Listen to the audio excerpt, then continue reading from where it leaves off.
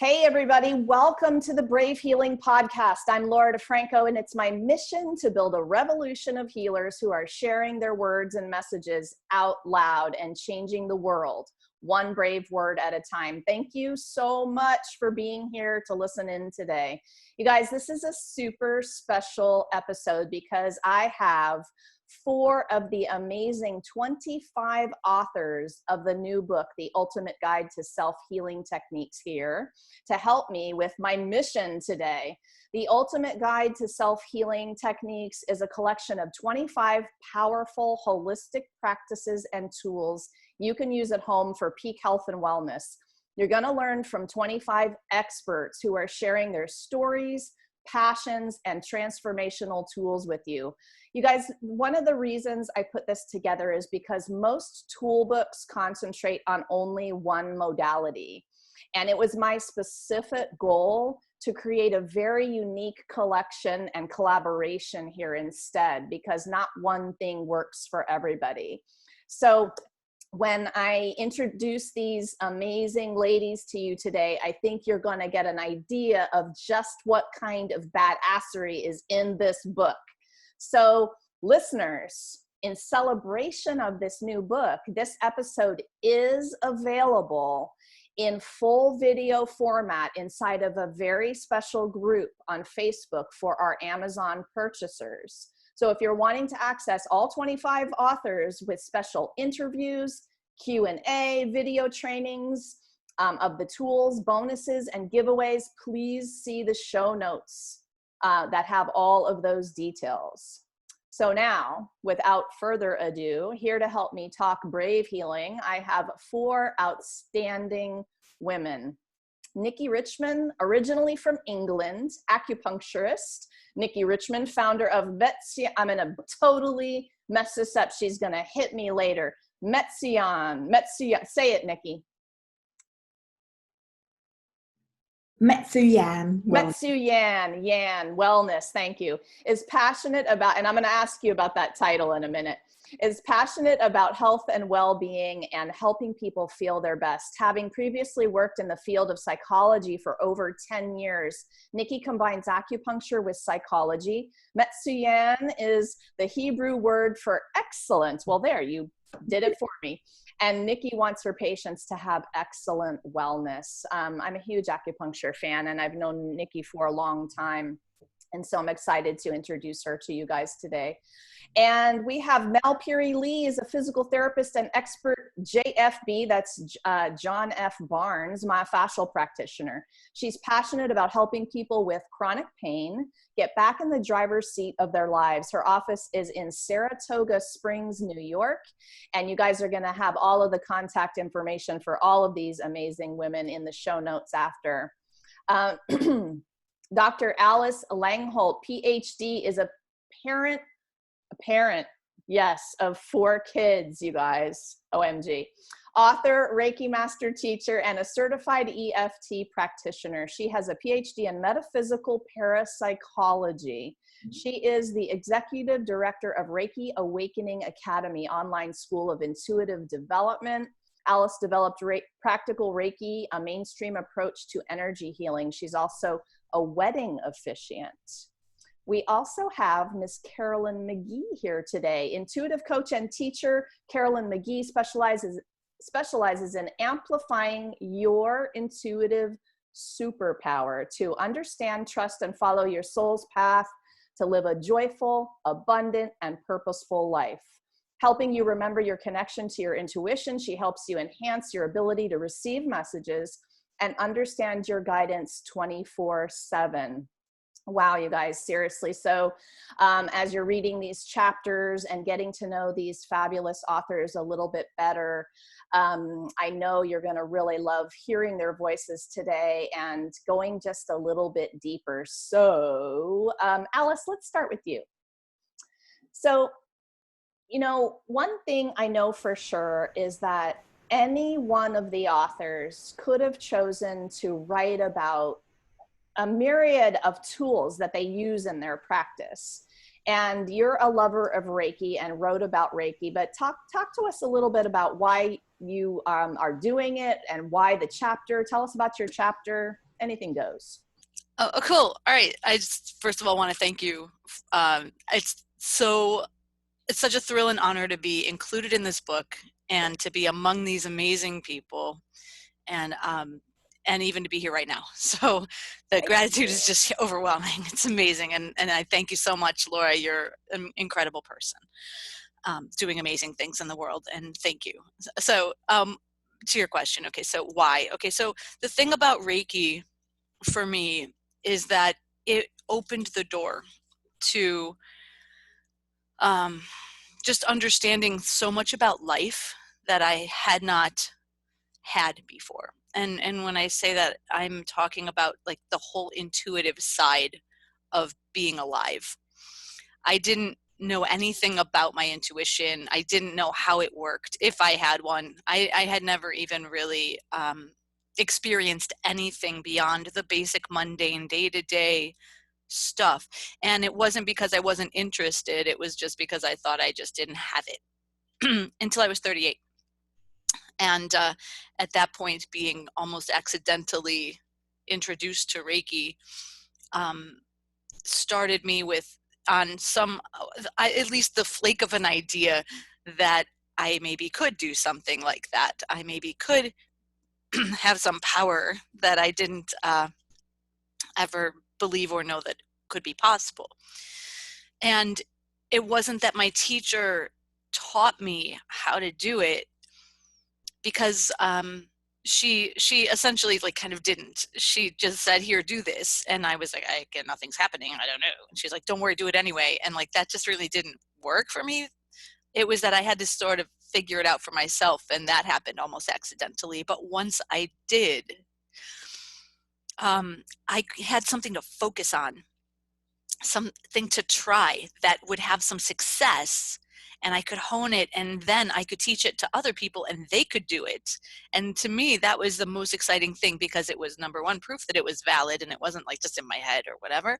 And two, it was helping other people as well. And to have something that I can do, that I can help people with, that I can teach, became such a fulfilling thing that it sparked my desire to continue to learn. And my chapter, even though I'm talking about Reiki and telling this whole story in depth, really, like, I'm also teaching the one exercise that I think can help people become aware of their intuition in action. It's very, very simple, deceptively simple, but it's like the first step that opens that door a little bit, that starts to show you more than just your physical. It teaches you how to observe. And I think that's the first thing a person needs to learn in order to be ready to sense their own intuition in action. I loved the way that you told the story in the book very much. And one thing that turns me on is a good story, because the stories heal in and of themselves, right? And so it was like my challenge to all of you to step up inside of your story too, not just teaching the tool, because all of y'all could teach all day long. It's what you do, right? You talk to clients every day, you teach these things, you're experts at it. And I think it was the story piece that I loved so much, reading from everybody, and yours in particular, especially the part with you being pregnant and in that stage of your life, you know. So talk to us a little bit about, you're going to be actually giving away a bonus, which is a book. So talk to us about that book. Tell the listeners and watchers what that's all about. So I'm giving away a copy of my book, Practical Reiki, which is the first book that I wrote. And I wrote it because of, it's funny, I was giving Reiki at the Cleveland Clinic as a volunteer, and I was teaching a method, not there, but in my other parts of my life, called Kundalini Reiki, which is a method with no hand positions and no symbols. It was really simple, though the manual itself was not that well written, and it was really very sparse. And so as I was teaching, I was like giving a lot more information and helping people understand more about how this works and what you really need to do and things like that. And I was really kind of bugging the head of the the spiritual healing department at the clinic to let me teach it there, especially because I had it approved by the Ohio Board of Nursing to even be able to give credits to nurses. And it was like, so I'm like, this is a no-brainer. You should totally let me teach this here. They were teaching Usui Reiki there, which is a more complicated way. And so she said, look, there's just really one main problem. And I said, okay, so what is it? Thinking that she was gonna be like, well, I'm already teaching it or some sort of thing. And she said, it's the name. I was like, what? She's like, the word Kundalini, it's too mysterious and weird to belong in a medical setting. And I'm like, okay, fine. That's nothing. I'll just change it. I'll change the name. We'll call it, and I was like, off the top of my head, Practical Reiki. She goes, oh, I like that. I'm like, okay. So I thought to myself, all right, I'll just rewrite the manual, right? And so I thought, okay, so while I'm rewriting the manual, let me make it better. Let me throw in some stuff about what I've been teaching people and how I've been helping them. So I'll put in a section about what is Reiki and how it works. And I'll put in a section about intuition and how it works. And I'll put in, while I'm at it, I'll put in a section about intention, of course, because that's really important. And one about chakras, so people can understand what this is without it sounding too weird, just in a plain, simple language. Okay. And then I'll talk about all of the levels and what you learn and how to do that. And I thought, oh my gosh, these aren't sections. This is chapters. I think I'm going to write a book. And I was like, oh my God. So I thought, okay, I'm just going to type up everything that I say in class, all the things I say, just organize it into it. And so on a car ride to Virginia Beach, which is where my family was going for a little vacation, I typed up the first 5 chapters in the car. And I'm like, just typing what I say. And then after that, coming home, I finished it and cleaned it up and had an editor and did all of the things that we all know now are part of publishing a book. But that is the book. That is now the resource. It teaches about Reiki in a clear, mainstream-oriented way. And it includes all of the levels of the instruction, all the level content of 1, 2, 3, how to give attunements, FAQs, and sources. And so this is the manual I use for all my students, plus now 2 years later, after that, I wrote a workbook to go along with it. This is the book, though, and you can't become attuned to Reiki by reading it, but you can certainly be ready. You can learn all about it. And actually, I have a course that's the first 4 chapters are free that goes right along with it. So somebody that gets the book or is interested in more could go to practicalreiki.org, sign up and get the first 4 lessons, including video and digital copies of those chapters with the workbook chapters for free, which is all up until all the content that goes up until you would take level 1. And so there's that's like a bonus that anybody could do, but one lucky winner is going to get a copy signed. I will sign it for you. Yay. of Practical Reiki, the book that started it all for me. Thank you. Thanks for offering to. You guys, any one of the chapter topics could have been an entire book, which is, something you're going to understand, I think, from reading. But the thing that I love the most about putting all of our chapters together is we weren't going to be just a tease with our chapter. I wanted the authors to give you at least one tool so that you could walk away from the book having a complete experience. And that was really important to me, because otherwise it's one big thing. And then all of a sudden you're thinking, oh my God, okay, now what? Do I have to buy 25 books? But the idea is to have an experience with a tool that you're drawn to and then take it further. And I think, you for sure, Allison, I know that everybody else did that, and I'm thrilled that that's the case in the book. So Alice talked a lot about intuition, and so I'm going to move to Carolyn next because of that. And Carolyn, oh my goodness, intuition. So let me just say a quick thing about intuition. Every single one of our authors, many did write about intuition, and all of them understand it at a level that is, I think, deeper than average. And if you do one thing, I think it would be to develop this kind of awareness that connects you with your intuition. So Carolyn, thank you for writing your chapter. Talk to us a little bit about why the topic and the tool you chose, and all the good stuff about your chapter. Right. So one of the things that I touched on in my chapter is that I had a traumatic event as a child, and kind of stepped away from my intuition and really stepped into that logical, analytical side of myself. So I really lived up in my head, and I, kind of got lost in my connection to my body. And when you have intuition, well, everybody has intuition, but to receive those messages, you really need to be in your body.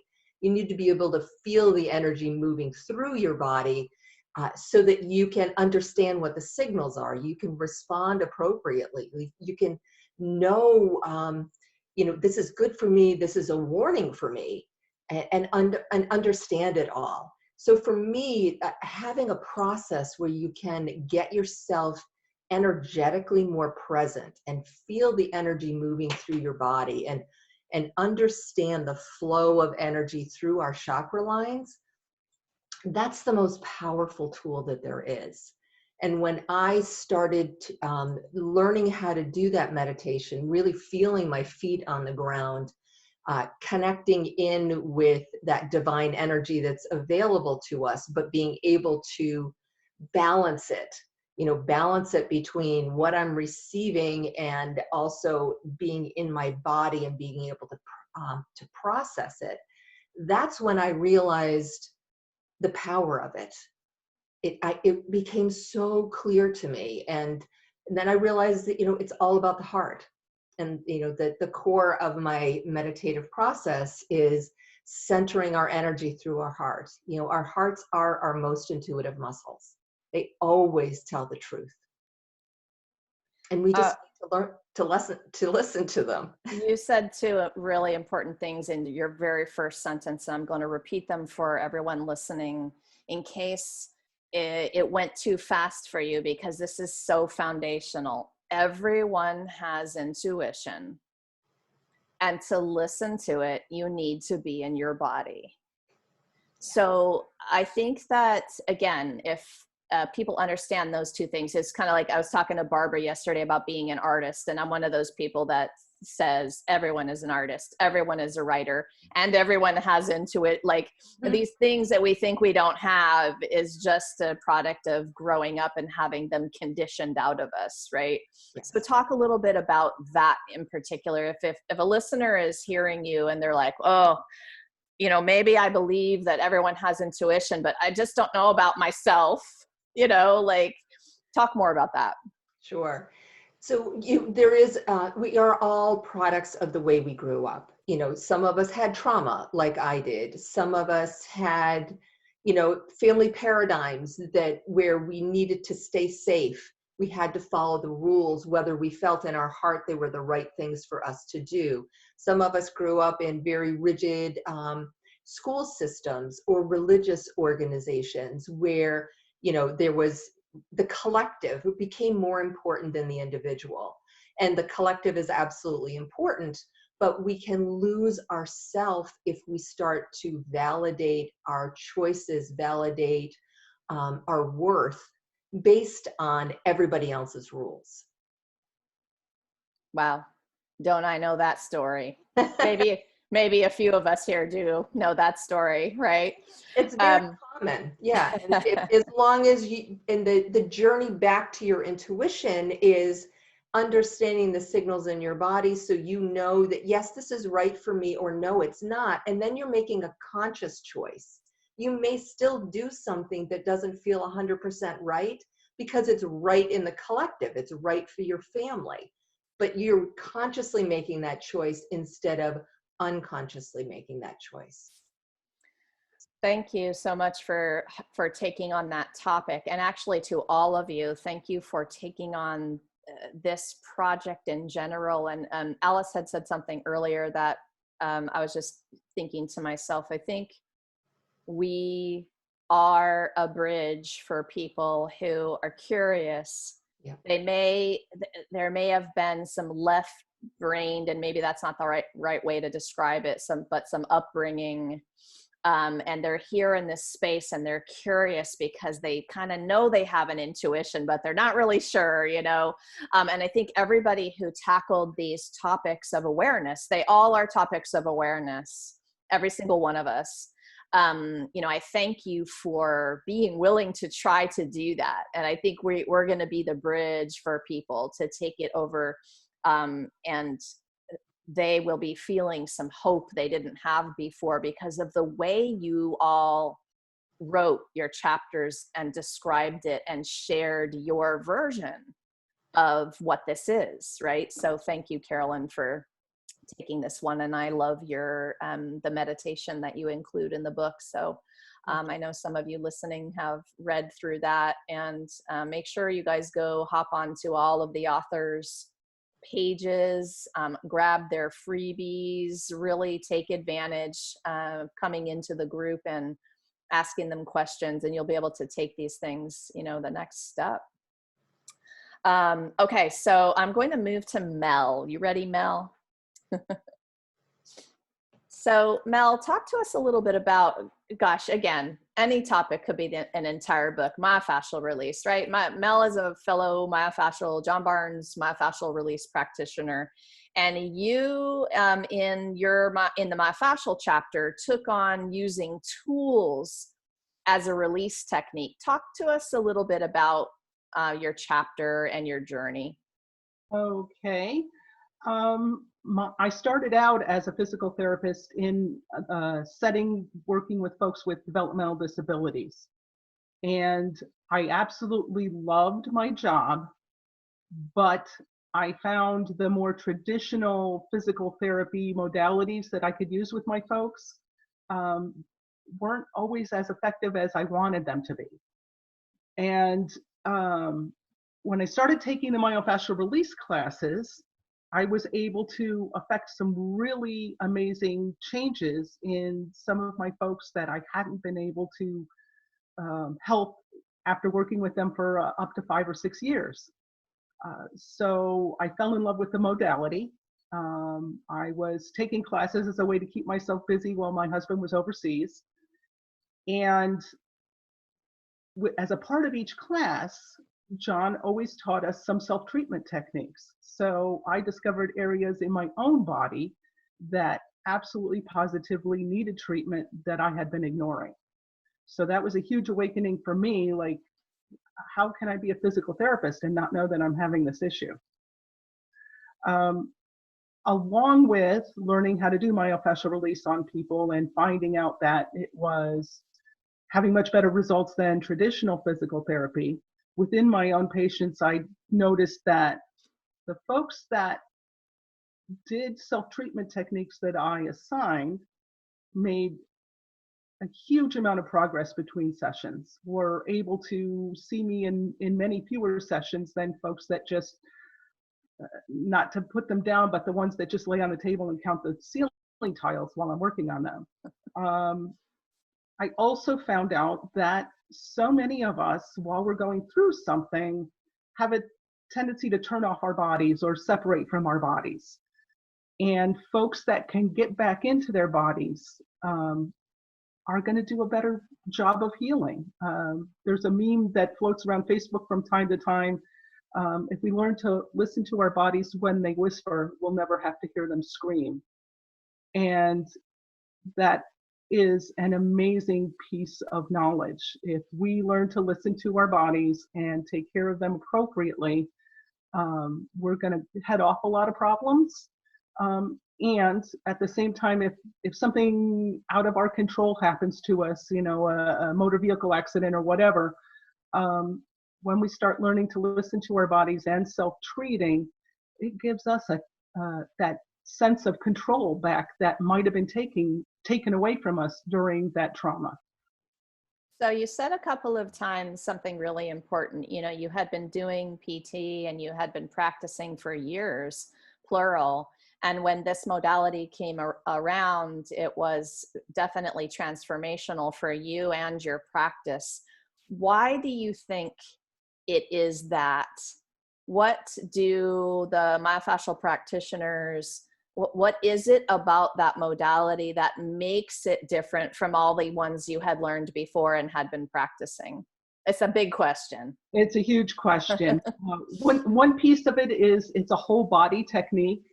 That would have been my answer. Like, that would have been my first answer, is like, oh my God, finally found somebody who was willing to look at all of me. Right? Right. Yeah. Right. I mean, a lot of times when we develop an injury or develop some symptoms in one area of our body, it's because there's no more slack left in the system, that we've had this little ding and that little dent, and they build up and they build up and they build up, and all of a sudden there's one tiny straw on the camel's back, and boom, our body says, well, you haven't listened to me, fuck you, I'm out of here. So if all we focus on is that last straw, yeah, we're going to help with that symptom while they're on their table or while they're seeing us. But as soon as they get up off the table and go back out in the world, life is going to get right back in there, and they're going to be back into the same symptomology they were when they walked in my door.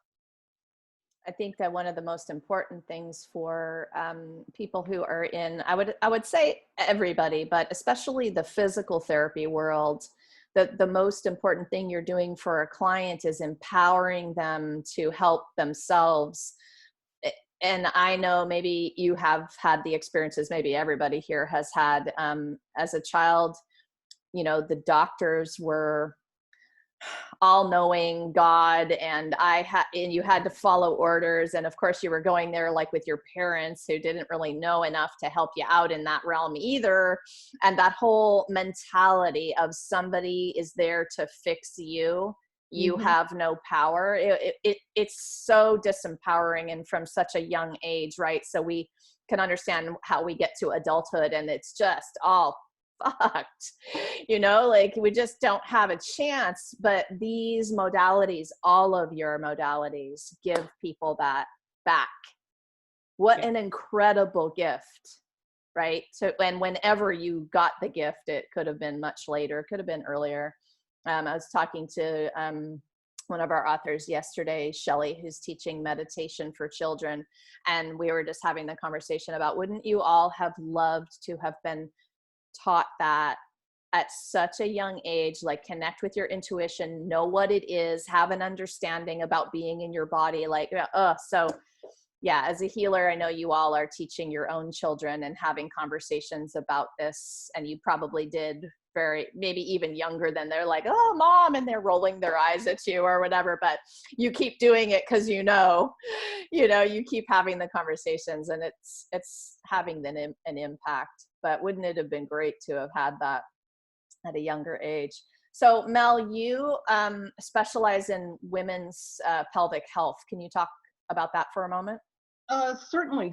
So everybody in the world, men and women, have something called a pelvic floor. And that is several pairs of muscles that run from the tailbone to the pubic bone, or the ischial tuberosities to the pubic bone. And they act like a hammock, and they help hold everything up inside of us. And when we have injuries of any kind to that area, women especially during birth can have difficulties. Something gets torn, something gets overstretched. These muscles, these pairs of muscles that are supposed to work together, one muscle might over tighten and its opponent gets overstretched.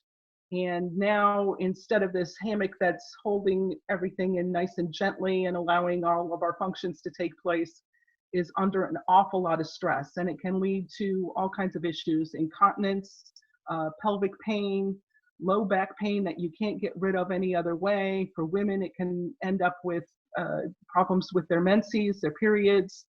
It can end up with all kinds of reproductive issues as well. So treating that area and helping women and men, if necessary, get back into better health is absolutely amazing.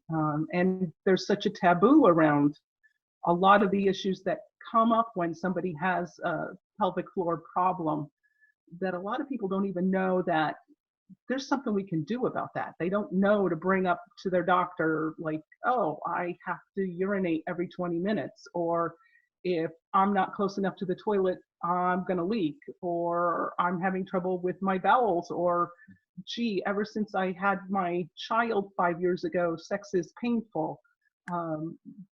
We don't have to put up with that. There are ways to treat that and ways to get better and ways to enjoy life again.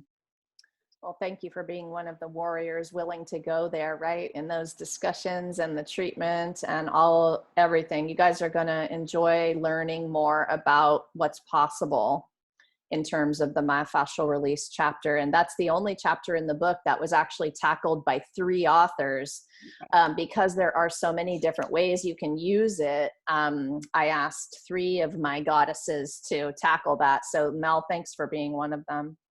Thanks for having me. So Nikki, let's talk acupuncture, girl. This is like one of my favorite modalities of all time. You know, if I had to tell you guys why, I think it would be that it introduced me to, and I'm going to let Nikki describe what this is, the hypnagogic state of consciousness. And it was like I had moments in feeling, and I've dabbled in feeling for, decades, that I had never had before. And I love those moments. I'm like, whoa, because it just makes me understand that there's still stuff to learn and there's still things to feel, and that so much possibility, right? So Nikki, talk to us about your chapter and a little bit about what you're sharing about acupuncture. Of course, that could have been a whole book as well. So I always like to give my patients things that they can do at home. Like I'll always give people homework, and I always joke about it because it's always something really fun to do. So a little bit about me. So I sort of fell into acupuncture. Like I say in my chapter, like I'd never had acupuncture before I decided to train to be an acupuncturist. I feel like listening to everyone speak, I'm like resonating and piggybacking off everyone. So I'd always loved working with people. Like from a kid, I just find people so fascinating. And I trained I had a psychology background, and I started off working with like adults with mental health issues. And like you, Mel, I kind of felt that, oh my God, these people like had, lots of things had happened when they were younger. And then I felt I wanted to work with younger people. I wanted to work with kids. Like maybe if somebody got help at an earlier age, they then maybe might not have all these mental health problems when they were in their 50s and 60s. So then I started working with like adolescents for a long time. And I always knew I was in the social work field, and I knew that wasn't what I wanted to do. I was always like, do I want to go on to be a counsellor or a therapist? And I could never make up my mind. And I think part of it, like, to be a psychotherapist, it's very expensive. And I always, like in my 20s, I was like, oh, am I worthy of spending all that money on myself to do this type of thing? And then in my 30s, I had my kids. I was a stay-at-home mum for a bit, and I could never quite, I'd always find these amazing courses and be like, okay, I'm going to do this, I'm going to do that. But then for whatever reason, I would procrastinate. And I was talking to like my best friend who's an acupuncturist about like, she's also like an Alexander technique teacher. And I said to her, I found this Alexander technique course. What do you think about if I train to do that?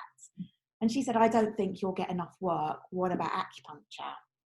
So I was like, I've never ever thought about being an acupuncturist. And as soon as I started looking into that, I was like, this is what I want to do. And it's amazing about like how things sort of like fall into your lap. So I happened to find a course. I was living in England at the time. I found a course that was going to work around my kids, started doing the course, and it was amazing. And I just loved the way, like, acupuncture views the body in like such a different way, like, and it sort of brought everything together, like all the emotional stuff and like everything, that's like mental, like emotional and psychological with the physical. So it was fantastic. Like, and I with all my patients, I truly believe that like how we feel physically affects how we feel emotionally, and how emotionally affects how we feel physically. I think, you can have two people maybe with like the same level of pain, but like maybe if somebody is in a better like emotional state, then maybe they're able to deal with their pain better than somebody who's like not in such a great emotional state. So I'd started doing my training in England, was at this great like little school, and then I had the opportunity to move to America. So I had to start my training again. And then when we came to America, I could have moved anywhere. So I was looking between Boston and DC, and both had like acupuncture schools. So the acupuncture school that I went to in Maryland was amazing for me. I mean, as soon as I started there, I felt like I'd come home, because it was very much about really looking at like Carolyn, like what, you know, your intuition, like what you feel in your body. And in a way, like the acupuncture was only part of what I felt I learned at my school in America. Like we learned loads of practices. I mean, the mantra was always, your symptoms are your teacher, your body is wise.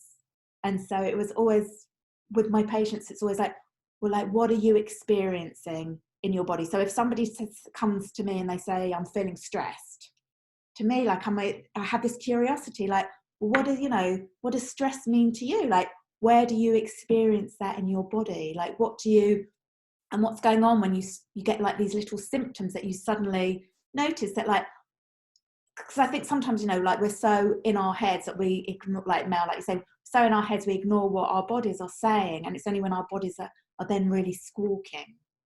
So with my patients, I always I like to get them to really tune into what's going on in their bodies, and then I'll give them like homework assignments. So I'm a very joyful person, and I kind of believe like life shouldn't be a struggle. I feel like life throws like shit our way sometimes, which is like we just have to deal with. So most of the time, let's just try and make life as like kind of joyful and easy and peaceful as possible. So sometimes my homework for people, you know, might be like find like every day watch like a 2-minute video that just like really makes you smile, like, or listen to some music that you feel in your body, you feel it in your chest, and it's something like transformative.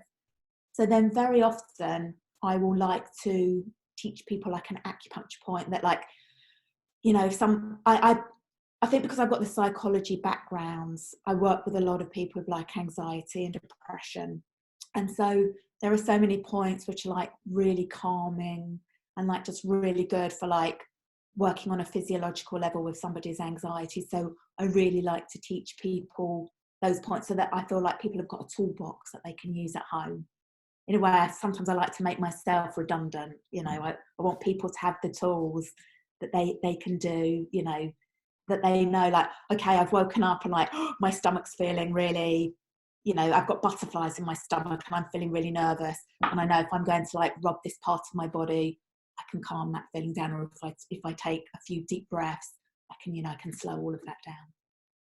I love that about you're giving homework, because a lot of people will understand, you know, acupuncture as needles only. And that's why I had you come address this as an acupressure chapter, so that people could understand that acupuncture techniques and the modality can be applied in many different ways, and many ways that people can do on their own. So, so thank you for being willing to do that, and for being one of the kinds of practitioners who is ready to empower clients and not afraid of losing business over it, right? We've all come across people like that. Oh, yeah, that's another story. Okay, ladies, it's time for speed dating questioning. Okay, so in our last few minutes, I'm going to go around and have you do and honestly, I know you could talk forever about these questions, right? So you got to go fast, couple sentences. So Nikki, we're going to keep with you right now. Why holistic healing? What's important about that? I think it treats the whole body. I mean, we're not compartments. We're not like, okay, I'm this person, I've got like just stomach issues, or like it's all connected. So I think you have to treat, I like to, you know, you get to know everything about a person and why they're, you know, why something shows up for them in a certain way. Mel, why holistic? Same thing. It's treating the whole body. If all we treat is the symptom, we're not going to change anything, and we need to address everything that's going on. It's the only way to give people their power back. I was remembering talking about this with somebody, and when we were talking fascia, which is, there's a little bit of it in our chapter 17 about my fascia release. The thing for people to understand is that, you know, as a physical therapist, I would get people coming in with a prescription for ankle pain or ankle sprain from the doctor, right? And in traditional physical therapy, a lot of the times what would happen is the therapist would look at your ankle and move it around and check it out. And maybe if you're lucky, they'll look at your knee too.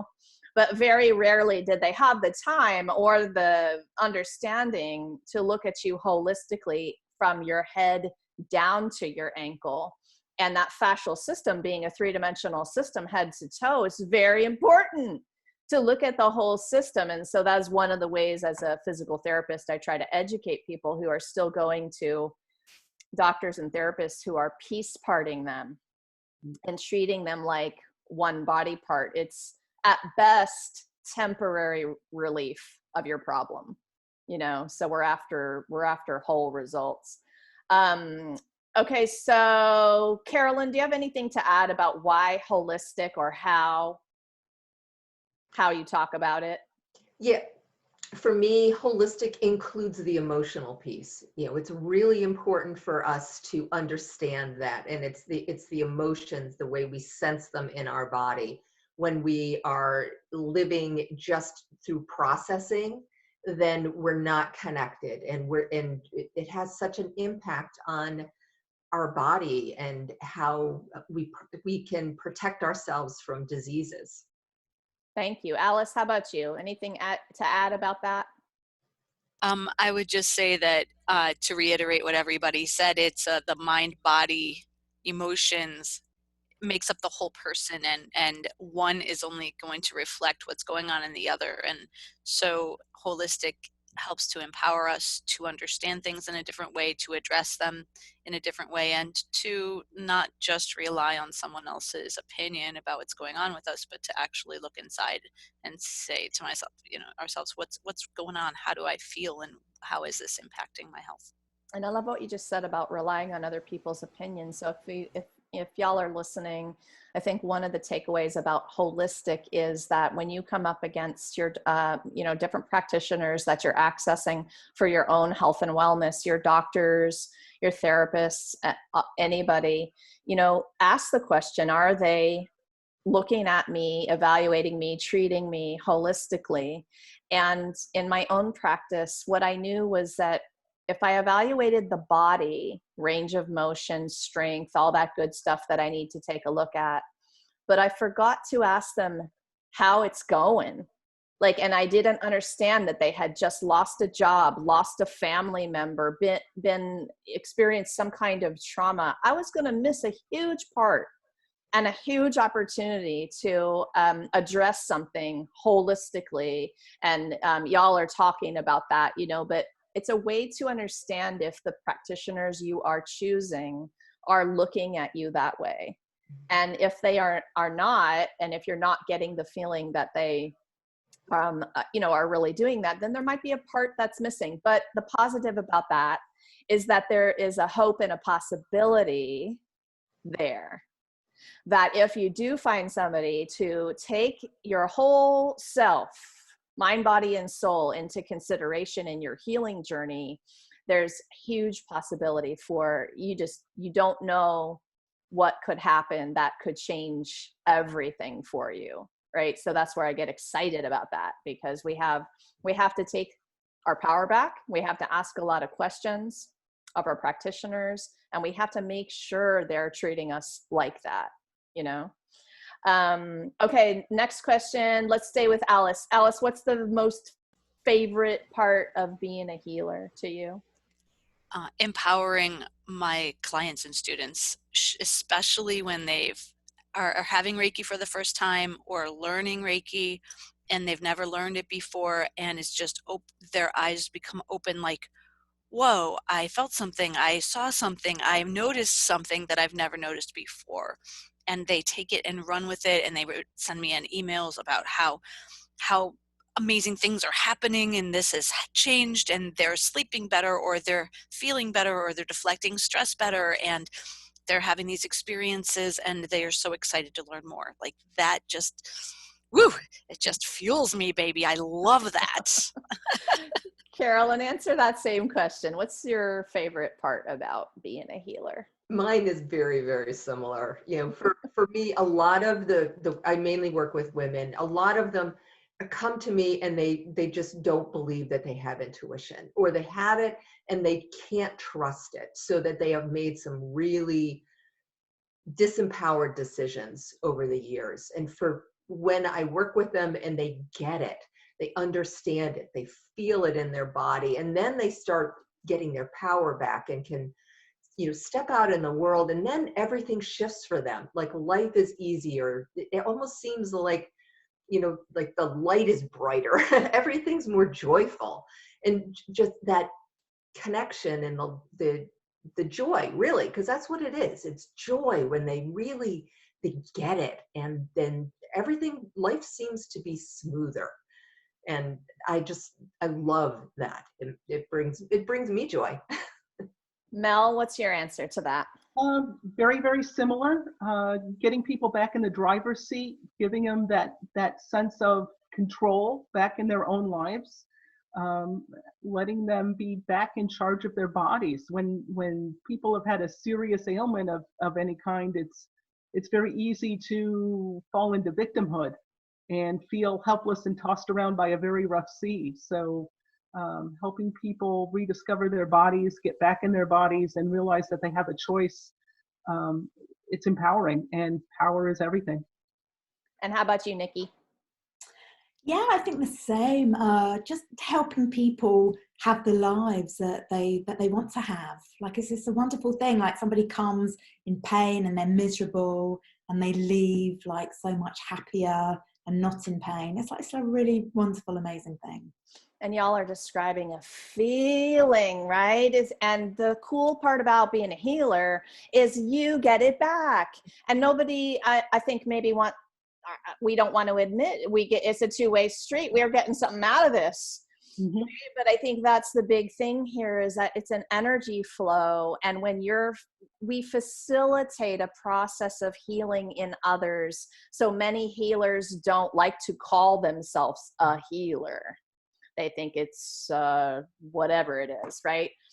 Because we facilitate the process, but we are all very good at holding that space, facilitating that process in a way that helps people, and that conjures up these beautiful stories that you're all talking about. Did y'all notice a theme of empowerment in every single person's answer here?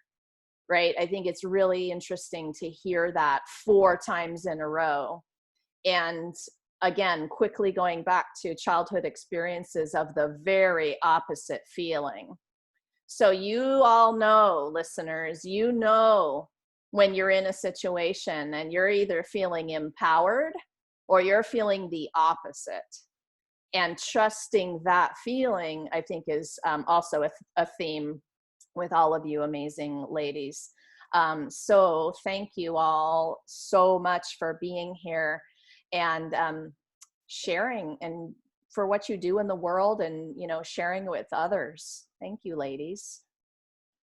So you guys, if you're hearing this and you haven't purchased the book yet, okay, maybe you're hearing this through the podcast and you're like, whoa, I want to get in with these gals.